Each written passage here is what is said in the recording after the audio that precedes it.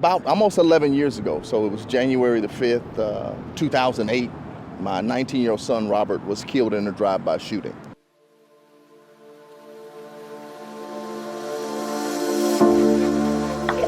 Cedric County 911, what is your emergency? They're shooting! I'm sorry?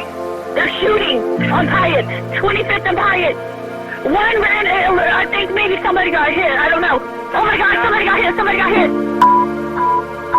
143, 146 to start, 240 to be 10-4, shooting 25th and Hyatt, operate north. The breaking news out of Northwest Wichita tonight. Crews responding to reports of a shooting that left at least one person dead. Wichita police are on scene right now of a shooting in North Wichita that has left one woman in critical condition. We are tracking breaking news in East Wichita. Police are investigating an early morning shooting death. And one man was found and died as he arrived at a hospital. A man is in critical condition after being shot in South Wichita. Wichita is a unique city where it's not unusual to find talented artists, extraordinary theater, and world-changing technology mingled with farmers and small business startups. Wichita is a place where the values of the past intersect with the hopes and dreams of the next generation. The kind of city you're proud to call home. The heart of the heartland, where Shocker pride is alive and well, and the future seems bright. But beneath the surface of our old-fashioned hometown, darkness has been growing like a cancer. Gang violence in Wichita started making headlines in the early 1990s, and now there are more than 2,100 documented gang members across our city.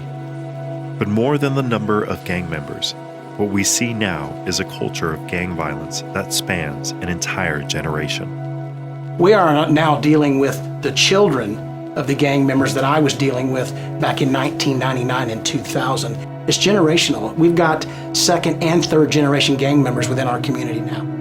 As the average age of gang members grows younger, the hope to break the cycle of violence grows dimmer. I've been a gang investigator for the Wichita Police Department for over 16 years, and during that time I've had to investigate homicides and shootings and drive-bys. These cases affect everyone. They affect the citizens of Wichita, they affect the witnesses, they affect the victims, and they affect the gang members, but they also affect the officers. There's a specific incident I remember. It happened up at 17th and Grove. There was a drive-by shooting, and we got there and we found that two kids had been hit by gunfire.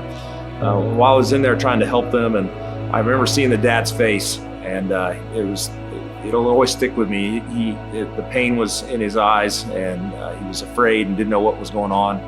And these rival gang members shot up this house thinking that they were still there, and they weren't there, and so an innocent victim got hit. So I'll always remember that. I can think of another situation of the gang member. It was a little more domestic violence related, but it was very much driven by his gang life. And again, shot 4 kids in a house in North Erie. 4 lives snuffed out just like that. His life gone forever. He's doing 120 to life. All those families. I remember, I'll never forget standing there in open court, getting ready to do closing arguments, looking at the front row of the gallery and seeing those 4 mothers of those 4 kids standing there looking at me. And one of them, Joyce, she'd lost 2. She'd moved to Wichita because she'd lost her other boy in gang activity and getting shot at and killed in Alabama. She moved here to get her Quincy, her youngest, away from it. And Quincy dies here. She lost both of her boys. It was just senseless. You see the ripple effects. It's not just one death. The ripple effects on that town and that community, and then their friends and all of the circle of friends and family, and certainly the core group of that family, they never quite recovered from that. And that's the sad thing is, a bullet doesn't come back. You start shooting guns off at people, and it's unforgiving. And the decisions you make in haste, even if they are decisions that in that moment you fully own and meant to do, years later, you're going to be paying for it. Life is about choices, and those types of choices can lead you down a path to where you're going to end up dead or locked up. Many families will never be the same due to gang violence in our community. There are currently over 500 documented gang members from Wichita in prison, and more than 200 have died since the early 90s. That night, it was the worst day of my life. Like, I never thought in a million years that I would ever get a call stating that my child's been shot. And then to know that he was killed, it don't sink in right then and there. It don't sink in until after, like when you see their body, like when you making funeral arrangements, and then even after the funeral, it just didn't sink in to me. It didn't sink in to me that my child was gone until like a week or two later. Like, no phone calls, no coming through the door.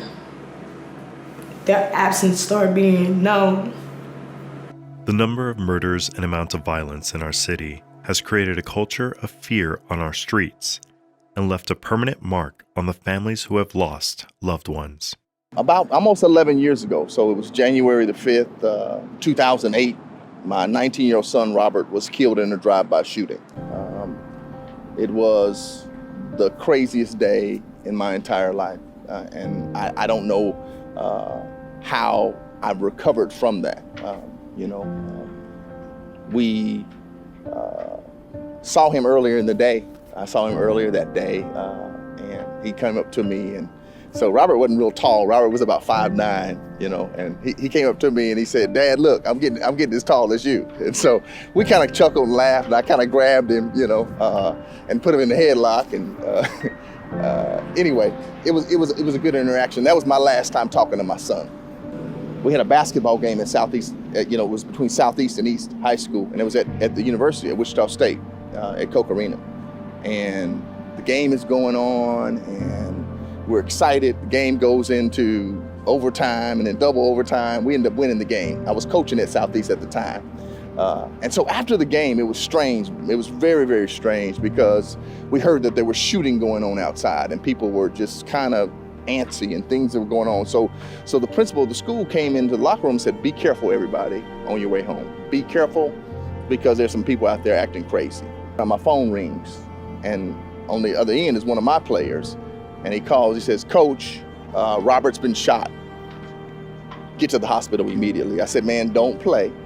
I don't play like that." He said, "No, I'm serious," and he's almost screaming.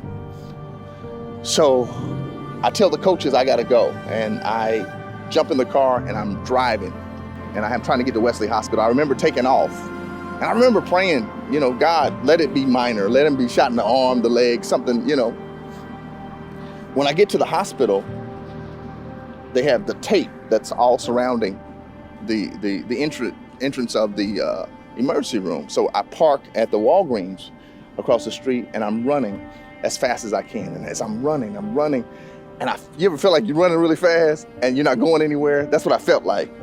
And so by the time I get close to the entrance, I see the kid who called me, and he's sitting there and he's talking to a police officer. And I'm asking the police officer, I said, "Well, hey, I'm here about my son." He said, "Go inside to be with your family." Okay, I recall it now. I'm thinking, okay, so it must be really, really bad. So we get inside the hospital, and family is there, my wife is there, kids are there, and then other family members are coming. And so we get to a quiet room because that's where they told us all to go. And while we're in the quiet room, we're there an hour, 2 hours, 3 hours. We're there a long time, and we're waiting. We're not hearing anything. We just know he's been shot. We're praying that he's alive. After 3 or 4 hours, the doctors come out, and there's a whole team of them, and they come out and they say, "Mr. Harris?" I said, "Yes." They said, "Your son came in with 2 gunshot wounds. He had 1 shot here in the elbow, and 1 shot hit him in the neck, carotid artery, and traveled from this carotid artery to the other side. And we're sorry we couldn't save him." Man, you talk about, I felt like somebody had punched me and knocked the wind out of me. And so I remember turning around, and as I turned around, I saw my wife, and I saw the pain and anguish in her eyes. I saw my mother-in-law fainted. She passed out. My 2 daughters are yelling, "Daddy, no." So we get home 3 or 4 o'clock that morning. And I remember walking through the door, and as I walked through the door, man, it was sad. And the saddest part about it was knowing that my son would never walk through those doors again. But despite the sorrow and loss that have devastated an entire generation, Wichita still has reason to hope. Gang members drive on instilling fear in the community. Together, we can put a stop to this, but we have to work together. It's going to take all of us. You know, it's all about our young people's future. And if we can work better together, I think we'll make a bigger impact. But we've got strong organizations. Everyone's open to listening, from the YMCA to Big Brothers, Big Sisters, Boys and Girls Clubs, Rise Up for Youth. Everyone's wanting to do something. Is you've got to get involved. You've got to be proactive in addressing gang violence. You can be a mentor, to the youth in our community. You can get involved in outside organization and programs like the Boys and Girls Club. Fantastic organization that gives children and youth a place to go within our community and something to do after school.